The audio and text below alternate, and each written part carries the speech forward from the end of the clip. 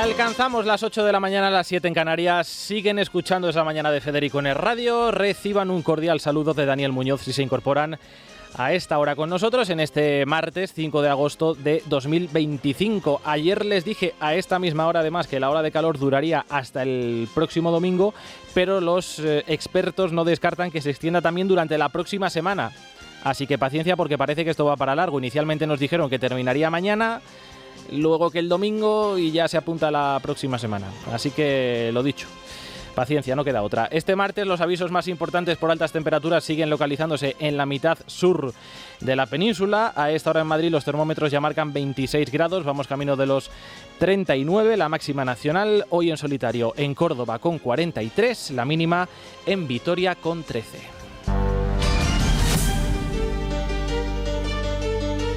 Es la mañana. Es radio.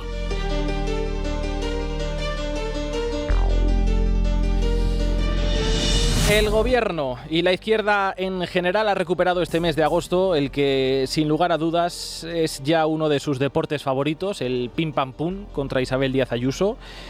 Ahora no se trata de su familia, tampoco de la investigación judicial a su pareja o de la gestión de la pandemia, pero el arma arrojadiza es un fijo en la quiniela. Y me estoy refiriendo al famoso dumping fiscal de la Comunidad de Madrid, o lo que es lo mismo, los ataques a la presidenta regional por bajar tanto los impuestos que otras comunidades autónomas no pueden competir y se ven por tanto absorbidas por ese enorme agujero negro que es la capital de España y que concretamente, para ser más exactos, pues tiene su epicentro en la Puerta del Sol. Las invectivas son las de siempre, las de toda la vida. Isabel Díaz Ayuso es muy egoísta porque mientras baja los impuestos a los madrileños, pide más dinero para su región. Pero hay algo que quiebra nuestro país y que rompe España. Se llama dumping fiscal. Es lo que hace, por ejemplo, en la Comunidad de Madrid, bajando los impuestos a los ricos y pidiendo financiación para que después el conjunto de los españoles financiemos sus servicios. Es muy injusto pedir que de la caja común a ti te den más y luego de la caja tuya tú le quites los impuestos a los que más tienen en la Comunidad Valenciana. Carlos Mazón es el alumno aventajado de la señora Ayuso. Denuncio el dumping fiscal de Ayuso y denuncio el dumping fiscal de Carlos Mazón. Tiene unos beneficios por ese efecto capitalidad que sin duda están encima de la mesa. Y eso le permite jugar fiscalmente a ese dumping fiscal al que hace referencia Salvador Illa. Pasan por alto las ministras y también el presidente asturiano, el señor Adrián Barbón, varios factores cuando verbalizan estas acusaciones, estas opiniones. El fundamental, la legitimidad de cada autonomía para ejecutar la política fiscal que considere oportuna. Ya evaluarán los ciudadanos de esa comunidad autónoma si les parece bien o no, y a tenor de los resultados que obtuvo Isabel Díaz Ayuso en Madrid en las últimas elecciones, parece que sí validan esa política fiscal que les compensa pagar menos impuestos porque eso no redunda en una peor calidad de los servicios públicos. El efecto capitalidad, este es otro argumento también recurrente. 4 siglos de capitalidad, Madrid, y ha superado a Cataluña hace muy poquitos años, con lo cual ha tardado en llegar ese efecto capitalidad. Por otro lado, pedir más dinero mientras se bajan los impuestos no implica necesariamente ser insolidario. Simplemente puedes estar pidiendo lo que crees que mereces, por no hablar, y esto es importante recordarlo, de que tu aportación a la caja común, a la de todos los españoles, se decide independientemente de que tú decidas bajar o subir los impuestos. Andalucía también ha bajado los impuestos en los últimos años, desde que llegó el señor Moreno Monilla al Palacio de San Telmo, y nadie ataca a Andalucía por pedir más dinero, el que merece, fruto de un sistema de financiación autonómica totalmente obsoleto. De hecho, normalmente se utiliza Andalucía como ejemplo para justificar una reforma del sistema de financiación. Lo hace la propia María Jesús Montero, ministra de Hacienda y futura candidata del PSOE en Andalucía. Más datos. Madrid aporta a la caja común el 80% de su recaudación y representa el 70% del total. Junto con Cataluña y Baleares es la comunidad autónoma la única que aporta más de lo que recibe, con lo cual difícilmente puede tacharse de insolidario al que más aporta y a su vez aporta más de lo que recibe, es decir, que es deficitario.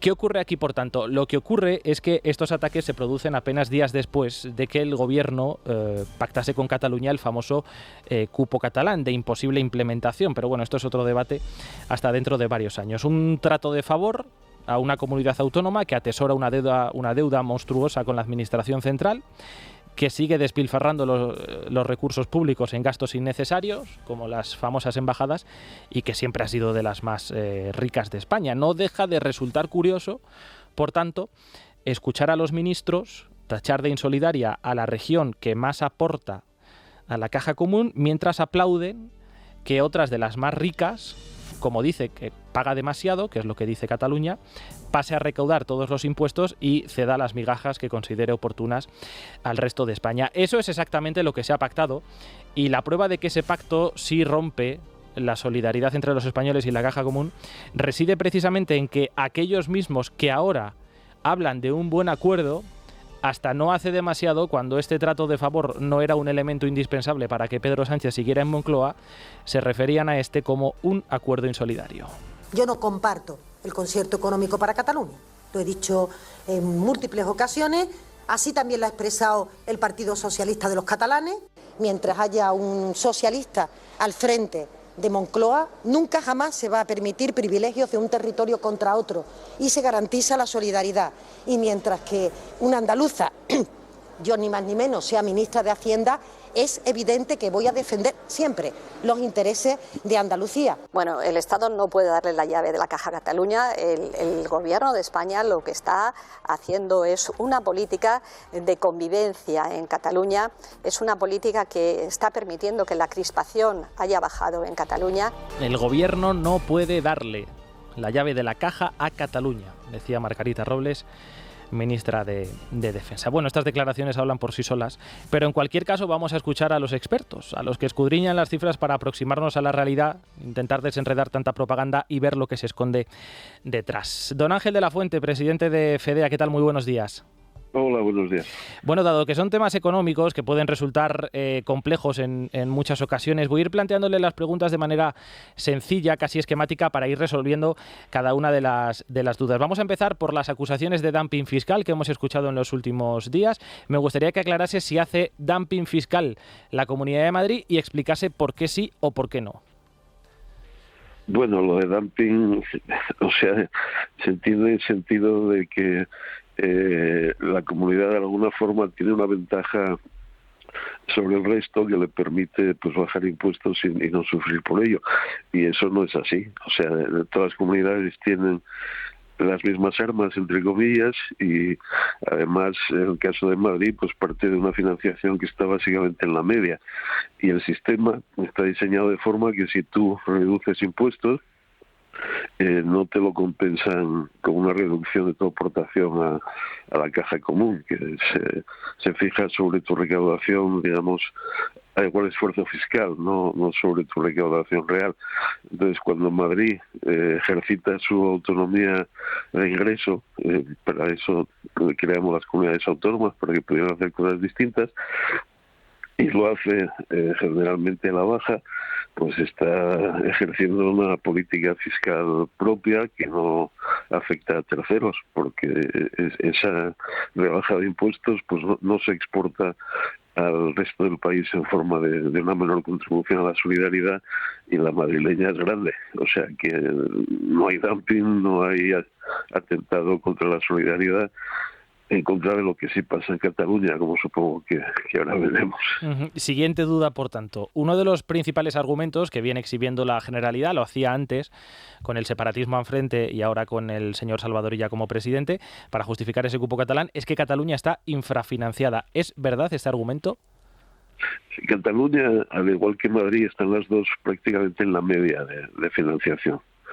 O sea que ninguna de las dos está infrafinanciada. Es muy difícil vender la historia de que estás infrafinanciado o no estás en la media. O sea, puedes argumentar a lo mejor que por determinadas razones deberías tener una financiación un poco mejor, pero no la dramática infrafinanciación que nos vende la Generalitat. Y si Cataluña lo estuviera, pues Madrid lo estaría todavía más. O sea que tendría derecho también a un cupo y a reducir sustancialmente su aportación a la caja común. O sea, esto no tiene ninguna lógica lo que nos están vendiendo. Es muy complicado que este pacto se ejecute a corto plazo. La propia Generalidad ya ha reconocido que en el mejor de los casos hasta 2028 nada de nada, pero poniéndonos en ese escenario, ¿qué impacto tendría para el resto de España? Y me consta que FEDE ha publicado varios informes al respecto. ¿Qué impacto tendría que Cataluña recaudase sus propios impuestos y cediese solo una parte de manera muy similar a lo que ya hacen de manera constitucional, eso sí, porque así está reconocido Navarra y País Vasco? Bueno, a ver, en teoría, en principio dependerá de cómo se fije la cuantía de la aportación, la solidaridad que se incluye en el pacto. En principio podría suceder que siguiera siendo la misma, pero esa no es la idea, ¿no? Porque la idea es, si hay que remediar una supuesta infrafinanciación, pues será que se pretende aportar menos a esa caja. Entonces, no sabemos cuánto, pero el resto de comunidades tendrán menos recursos en función de qué suceda con esa aportación catalana, y luego hay daños colaterales quizá más graves todavía, ¿no? Uno es que estaríamos desmontando la agencia tributaria. Es una cosa muy importante y que funciona muy bien. Si la partimos en trocitos, pues la expectativa es que dejará de funcionar también y será mucho más cara y menos efectiva. O sea que esto no es una buena idea. Y en segundo lugar, es un cambio en la naturaleza del Estado que nos cobrarían por la puerta de atrás, ¿no? Estaríamos yendo hacia un estado de naturaleza confederal en el que el poder, por lo menos tributario, lo tienen de entrada las comunidades autónomas, porque se vende esto como una cosa generalizable. O sea que no sería solo Cataluña, todas las demás podrían hacer lo mismo.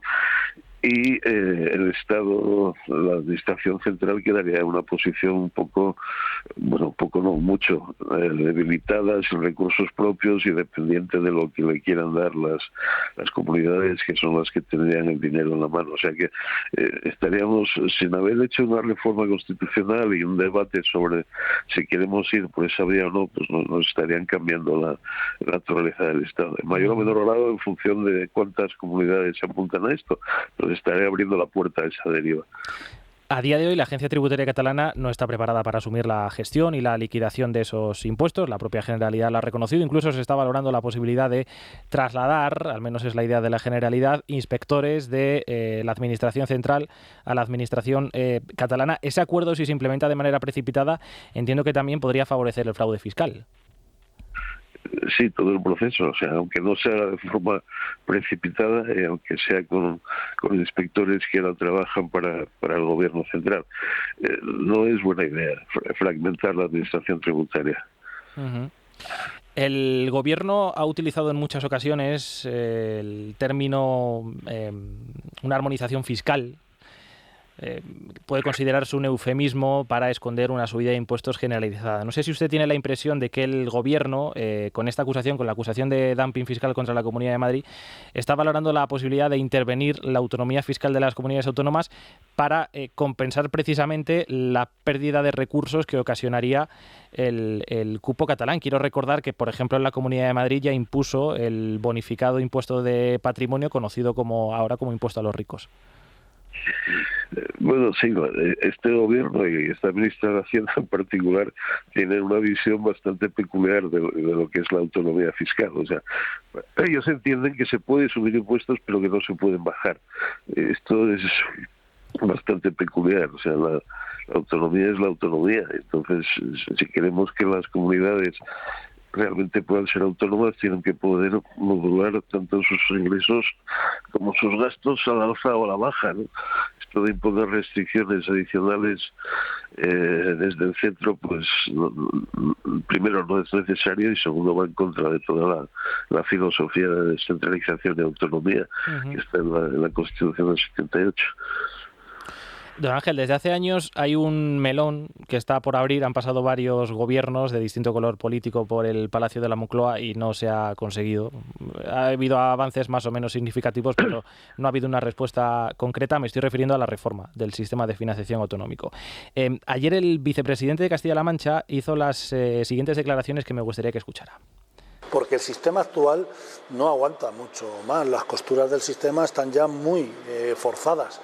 Yo creo que hay que tener un nuevo planteamiento, porque si no puede llegar un momento en que la financiación de esos servicios pueda ponerse en peligro. ¿Está en riesgo la financiación de los servicios públicos si no se reforma? A ver, el sistema convendría reformarlo, tiene bastantes inconvenientes, pero yo no creo que esté ni mucho menos a punto de colapsar. Y una cosa que sería importante de cara a la reforma y a la financiación de los servicios públicos sería que las comunidades autónomas aceptaran una mayor responsabilidad fiscal. O sea que, entre otras cosas, si quieren más dinero, tienen que ser ellas las que suban los impuestos.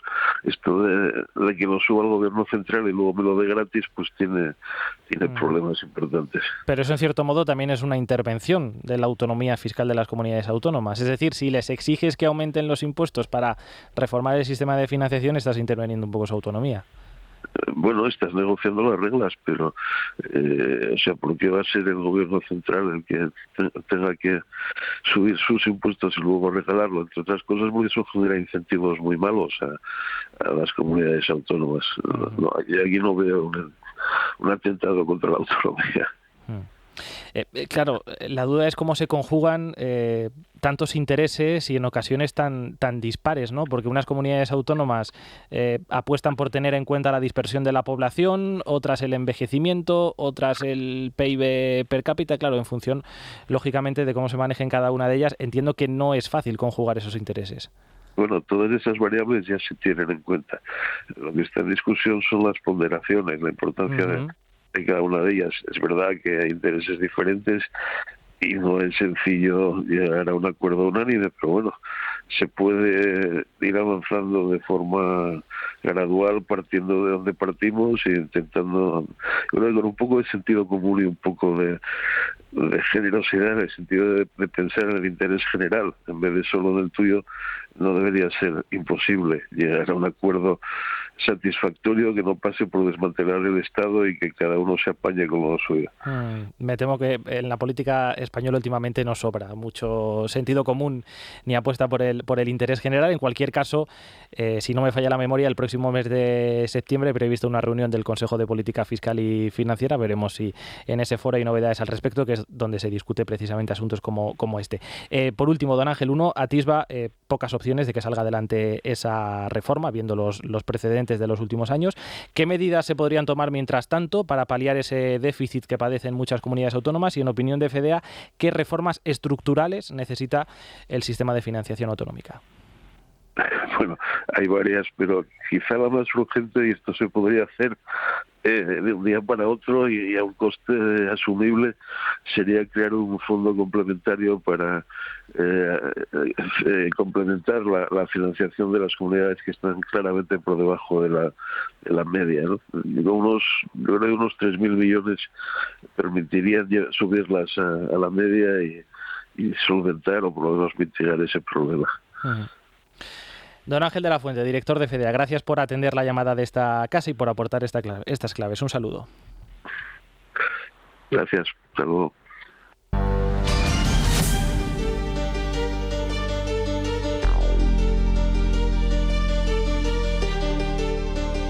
Es la mañana. Es radio. En poco menos de un minuto alcanzamos las 8:20, una hora menos en Canarias, así que con Sergio Heras vamos a iniciar rápidamente el repaso por otras noticias que nos deja la jornada. Sergio, ¿qué tal?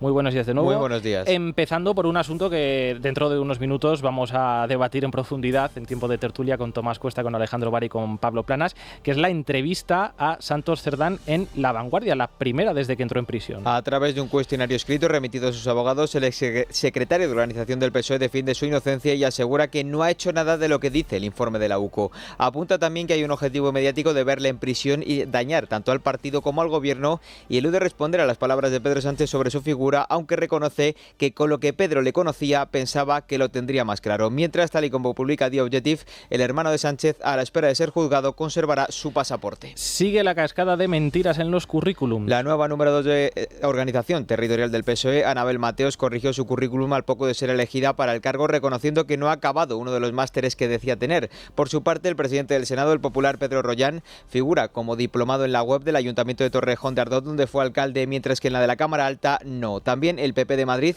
reconoce que su número 3, Ana Millán, no es licenciada en políticas y lo achacan a un error de folleto. En Extremadura, tras la dimisión de un consejero de Vox por mentir en el currículum, el delegado del gobierno en la región, José Luis Quintana, niega haber hecho lo propio, pero matizando al asegurar que nunca ha dicho ser diplomado universitario en Derecho Tributario.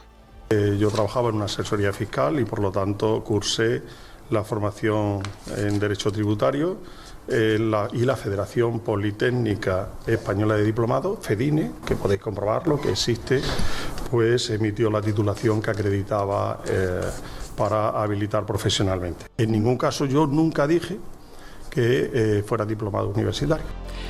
El contrato del gobierno con Huawei bajo sospecha. El Partido Popular pedirá la comparecencia de los ministros Álvarez, Marlaska, Robles y Bolaños por lo que consideran como alto riesgo para la seguridad del Estado de los contratos con Huawei para la gestión y almacenamiento de escuchas telefónicas judiciales. Desde Génova resaltan las advertencias de los aliados internacionales. Escuchamos al vicesecretario de Hacienda, Vivienda e Infraestructura del PP, Juan Bravo. Las informaciones que han publicado muchos de los medios que aquí estáis presentes señalan que la alarma surgida entre nuestros aliados europeos y americanos, que advierten del alto riesgo que supone contar con la empresa china como proveedor en materia sensible. El gobierno centra sus esfuerzos en los presupuestos del próximo año. Carlos Cuerpo avanza que en septiembre comenzarán los contactos para aprobar unas cuentas que reflejen, dice, prioridades económicas, pero lo tendrá muy complicado para poner de acuerdo a todos los socios. Incluso desde Sumar exhiben sus diferencias en algunas cuestiones, como la posibilidad de prorrogar la vida de las nucleares. Lo hacía Yolanda Díaz y respondía la ministra socialista Diana Morant. Fíjese, si esto se produjera, estaríamos ante un caso que pasaría por primera vez. Es decir, como saben ustedes, el acuerdo de gobierno es claro a este respecto. Y no estaríamos ante un supuesto en el que Sumar y el PSOE no avanzaran en el cumplimiento del acuerdo de gobierno. Es que si el PSOE hace esto, estaría vulnerando directamente el acuerdo de gobierno. El gobierno ha contestado que no es una propuesta sólida y, por tanto, ahí ha terminado toda negociación. Así que, de momento, lo que hay es ese plan que se pactó con las empresas energéticas para ese cierre paulatino de las nucleares y esa sustitución por las energías renovables. Novedades en Ucrania. Donald Trump ha anunciado un viaje de su enviado a Moscú esta misma semana para intentar que Putin acepte un alto al fuego en Ucrania. Steve Witkoff llegará a Moscú solo unas horas antes de que finalice el plazo de 10 días que expira el viernes. Sin estos días que faltan, el dictador ruso no mueve ficha. Estados Unidos impondrá nuevas sanciones a Rusia y sus aliados comerciales. Este lunes, de nuevo, el régimen comunista ha vuelto a abrir la puerta a un encuentro que nunca llega a producirse entre Putin y Zelensky. Dmitry Peskov es el portavoz del Kremlin. Estados Unidos continúa mediando para un acuerdo con Ucrania. Estos esfuerzos son cruciales, incluso en el contexto de las conversaciones directas ruso-ucranianas. El trabajo continúa y mantenemos nuestro compromiso de resolver el asunto.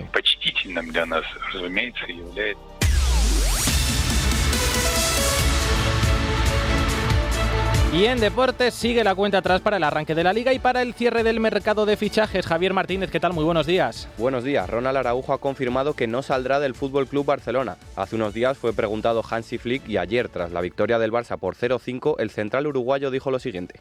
Estoy muy feliz en Barcelona. Creo que todavía no han visto al mejor Ronald y es el que va a venir en estos años. Estoy preparado para eso, mentalmente también, con mucha confianza, que es algo que el año pasado lo perdí un poco con el tema de la lesión, pero este año estoy muy motivado, con mucha confianza y para aportarle al equipo. Por otra parte, Luka Modric ha sido presentado como nuevo jugador del Milan. El futbolista croata, que cumplirá 40 años el 9 de septiembre, disputará al menos una temporada más en la élite del fútbol y estas han sido sus primeras palabras como jugador del conjunto rossoneri. Ciao everybody, I just landed in Milan. Very happy to be here to start a new chapter in my career. A big hug to everyone.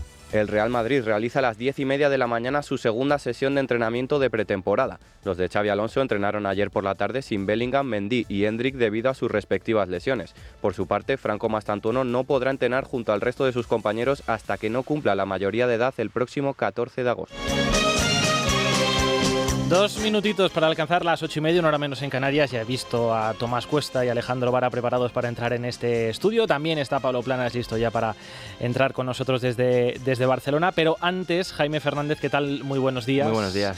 ¿Qué pregunta planteamos hoy a nuestros oyentes? Hoy le preguntamos a nuestros oyentes sobre la realidad del mercado laboral en España. Queremos saber, conocer la verdadera realidad del empleo en nuestro país, y ayer el Gobierno daba a conocer las cifras de desempleo y la afiliación a la Seguridad Social desde el mes de julio y las calificaba de alentadoras y positivas. Además, insisten en felicitarse por los excelentes resultados de empleo.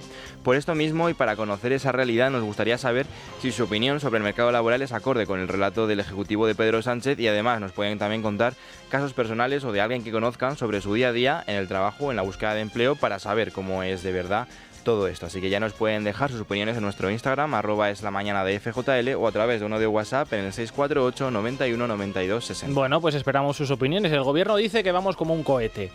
Pues ya está, pues que nos digan, oye, pues sí, es verdad, yo cuando voy al supermercado o a comprarme un piso voy como un cohete, o no. O voy en un 600 gripado ya, sin aire acondicionado, un desastre, pienso que no llego, que no voy a llegar, que me voy a quedar tirado en cualquier momento. Bueno, pues a ver si coinciden o no con el Ejecutivo. Te escuchamos luego alrededor de las 10 menos cuarto, Jaime. Perfecto. Nosotros ahora hacemos una pausa y enseguida arranca la tertulia. Es la mañana. Es radio.